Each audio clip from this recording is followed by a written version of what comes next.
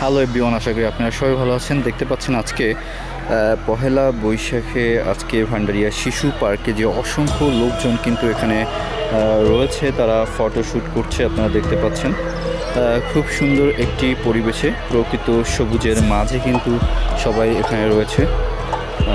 খুব সুন্দর একটি প্লেস।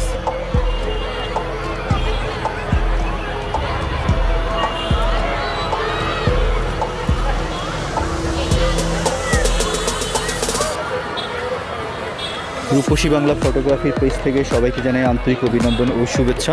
হ্যালো এভরিওয়ান, আশা করি আপনারা সবাই ভালো আছেন। দেখতে পাচ্ছেন আজকে ভান্ডারিয়া শিশু পার্কের বিকেলবেলা সবাই চলে আসছে আজকে।